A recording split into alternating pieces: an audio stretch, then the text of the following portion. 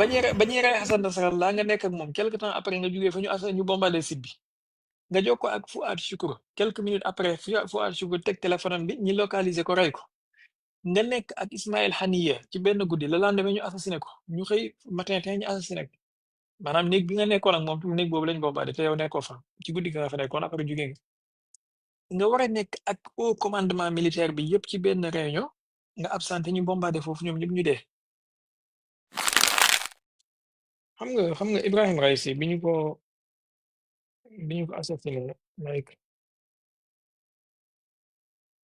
bon bi ñu ko rayee attentat bi amoon contre moom ci ñu ne hélicoptère am moo daanu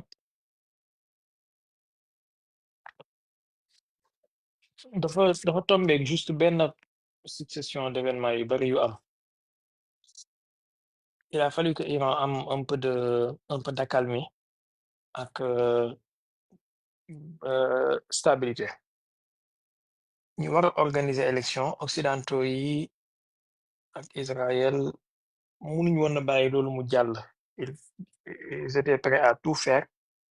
pour déstabiliser Iran à travers des contestations électorales wala post-électorales pour woote ay manifestations nangam après ñu mën a infiltrer manifestation yooyu bon certainement connaissance la yenn leader iranien yi fexe nañu ba canaliser candidature yi war a am ñu bañ a bàyyi kenn mu falu koo xamante ne benn dur lay doon comme Ibrahim Raïsi wala yu mel noonu parce que y avait Ali Akbar Wilayati bu nekkoon candidat y avait ñoom Laranjani ñoom ñëpp nekkoon nañ candidat je crois et su doon ñoom Ali Wilayati moo nekkoon président les choses seraient passées autrement konoon ligne bi Ibrahim Raïsi amoon lay continuer donc maintenant il fallait que ñi ñu tuddee les modérés wala les réformistes ñëw au pouvoir ñu seetaan ba Pezeshkian mi gañ bi mu gañee premier acte yi mu posé moom moo njëkk a trahir ligne bi Ibrahim Raïsi nekkoon mooy Ibrahim Raïsi il était pas pour la négociation avec les Américains wala les Occidentaux tout court parce que pour moom Occidentaux yi négocier nañu ak ñoom depuis 2015 ba signé accord États-Unis se sont retirés ci accord bi unilatéralement kenn forcé wu leen kenn sexalu leen lem ñoom la neex ñu retiré wu ci yeneen pays occidentaux yi nekkoon ay signataires ci accord bi muy Allemagne muy France muy Angleterre kenn ci ñoom respecté wul ses engagements vis-à-vis de l'Iran te pourtant ils étaient toujours signataires maanaam mu ngi mel ni yow nga ñëw signé ak man may respecté sama wàll ci contrat bi te yow respecté woo sa wàll ma continuer man di respecté sama wàll maanaam signé nga ak man ci ne naa ñëw di la liggéeyal man chaque jour ma xëy si ba waxtu bi ñu waxante woon su jotee ma doog a wàcc alors que yow su weer dee doo ma fay ñàkk fayda googu Hassan Rouhani nekkee woon ak gouvernement am Ibrahim Raïsi bi mu ñëwee dafa débarrassé wu ak ligne boobu noonu wane ne affaire yi soit da ngeen ñi respecté seen terme accord ak seen signature soit ñun tamit ñu jël suñu yooni bopp alors parce que kiyaan bi mu ñëwee loolu Ibrahim Raïsi doon def moom la fi njëkk a jëlee commencé waat di maral occidentaux yi seen tànk waaw nous sommes prêts à négocier les Américains sont nos amis le peuple américain nous n'avons rien contre lui nangam maanaam di joxe li ñuy tuddee des signaux ci langage diplomatique di joxe des signaux que il est prêt à capituler en fait bon balaa loolu di am dafa gagné élection yi li ñuy tuddee l'axe de la résistance yépp commencé di effondré wu à commencer par soutien bi nga xamante ne ni Ibrahim Raïsi ak Amir Abdollahian mi nekkoon ministre des affaires étrangères am ñu ngi ko doon apporter à Hamas et les autres groupes de la résistance mu ñëw arrêté loolu yépp Hassan Nasrallah depuis 2006 Israël ñu ngi koy wut mënuñ ko am 2006 maanaam or mis à part les propagandes li ñuy def nii la réalité mooy 2006 ba léegi Israël su xamoon fi Hassan Nasrallah nekk éliminé nañ ko bu yàgg il a fallu que ci Masoud Pezeshkian falu ñu assassiné Hassan Nasrallah kan moo ko jaay qui a vendu Hassan Nasrallah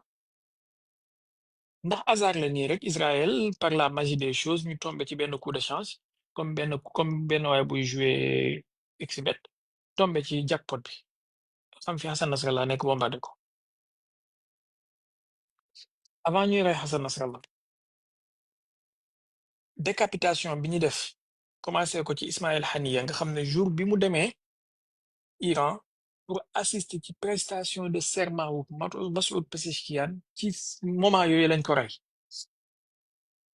ci biir néeg bi mu doon fanaan kër gi ñu daloon kër gan la goo xamante ne les gardiens de la révolution ñoo ko moom maanaam c'est une maison sécurisée kan moo jaay Ismaël Haniya waa Israël bañ xam fan lay tëdd ban kër lay dal fan lay fanaan ku ko jaay wala hasard la nii rek Israël découvrir fan la maso kii nekk Ismaël Haniya ñu jógee ci Ismaël Haniya dem ci Fouad Choukr daanaka ci même semaine bi lañ leen rey Fouad Choukr moo nekkoon numéro 2 ci Hezbollah maanaam moo nekkoon seen chef d'état-major général des forces après Hassan Nasrallah moom la woon moom tamit noonu lañ ko éliminé maanaam dañoo rey Ismaël Haniya tey le lendemain ñu rey Fouad Choukr wala le surlendemain et après ñu dem ba ci Hassan Nasrallah léegi xam nga ci avril 2024 bi ñu attaqué seen ambassade bi ci Damas boobu Ibrahim Raisi moo nekkoon président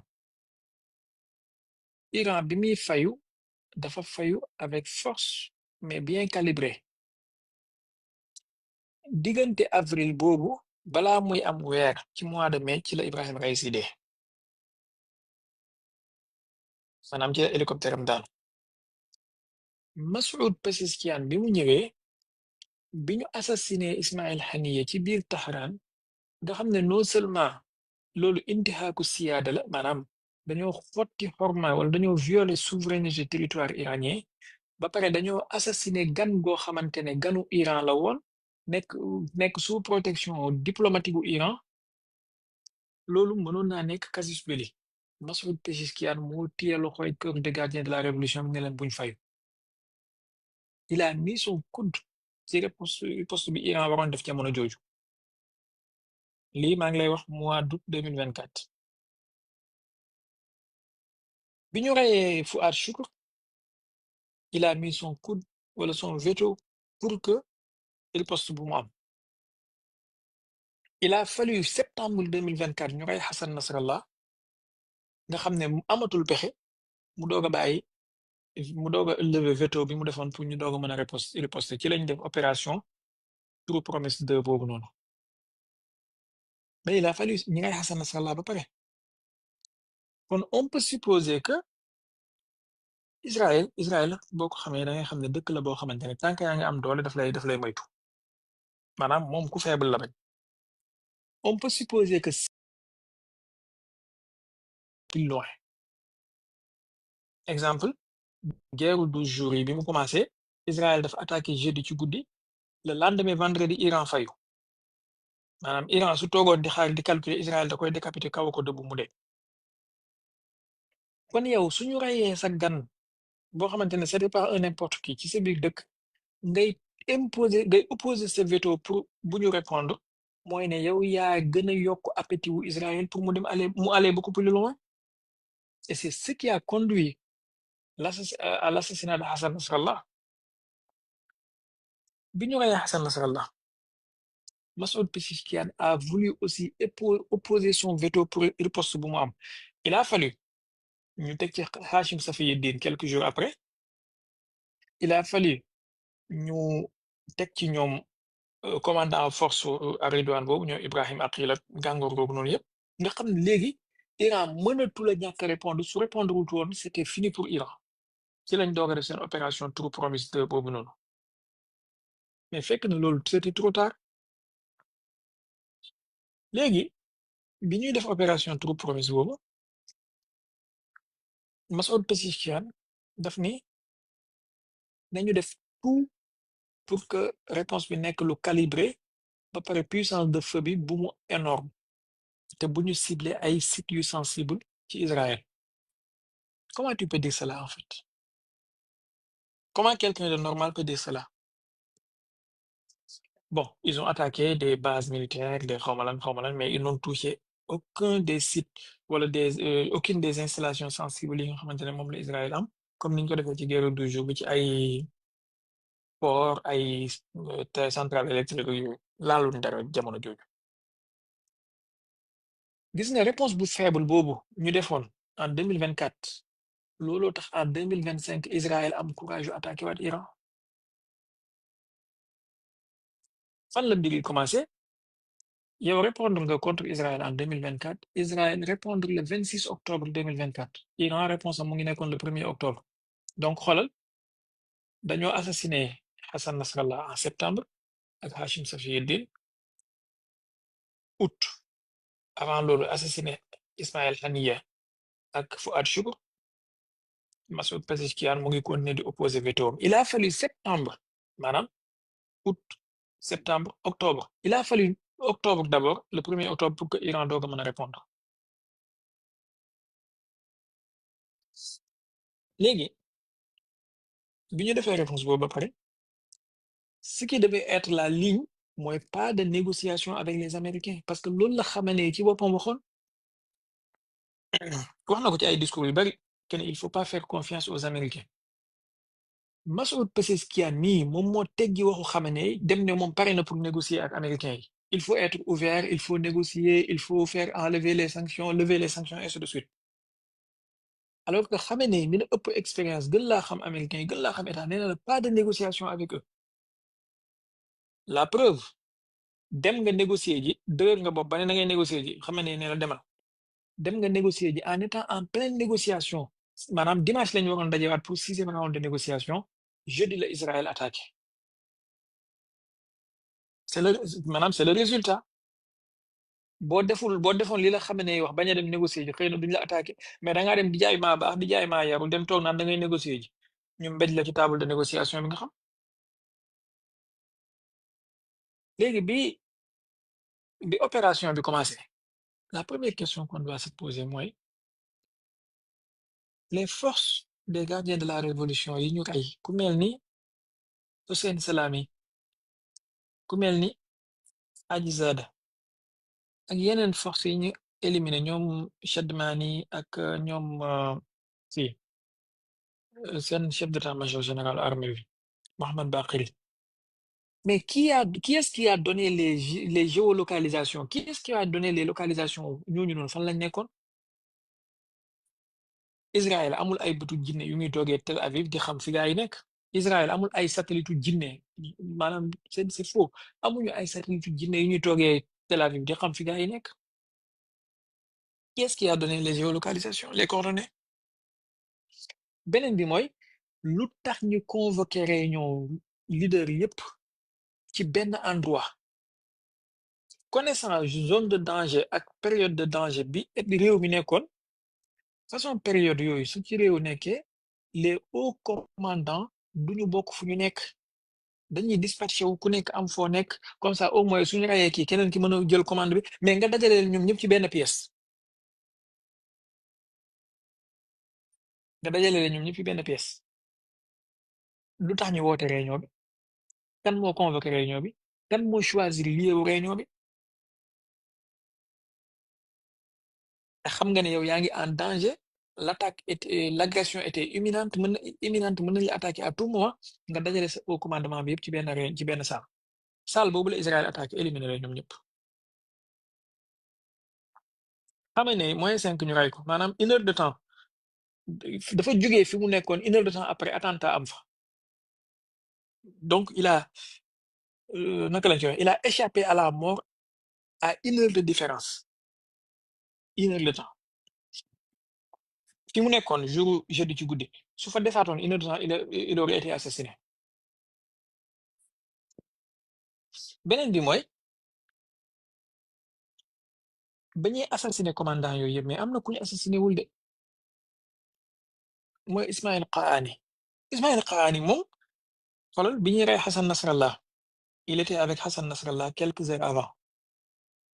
te déglu leen baal ma leen di wax ni Ismaïl Qaani moom la ñu wax ne moom moo jiite les forces al-Quds maanaam les forces al-Quds ci corps des gardiens de la révolution yi mooy poste bi Qasim Souleymane jiite woon Ismaïl Qaani il était avec Hassan Nasrallah quelques heures avant ñuy assassiner Hassan Nasrallah quelques heures laa la wax avant dafa jógee tuuti rek ñu assassiné ko benn Ismaïl Qaani kër gi ñu dalal Ismaïl Haniya biñ koy assassiné Ismaïl Qaani moo ko choisiroon il était avec Ismaïl Haniya ci guddi gi ñu war a assassiné Ismaïl Haniya la lendemain guddi googu il était avec Ismaïl Haniya Ismaïl Qaani il était en communication avec Fouad Choukr quelques minutes avant ñuy rey Fouad Choukr Ismaïl Qaani jour bi ñuy rey leader yi maanaam le 13 juin bi Israël def attaque am bi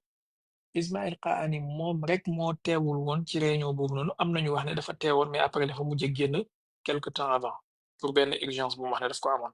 dafa jógee quelque temps ñu assassiné ko ñu bombardé kii bi site bi am na ñu wax ne nekkoon na fa dafa génn am na ñu wax ne nekk fa mais daal l'essentiel mooy moom rek moo mucc ci haut commandement militaire bi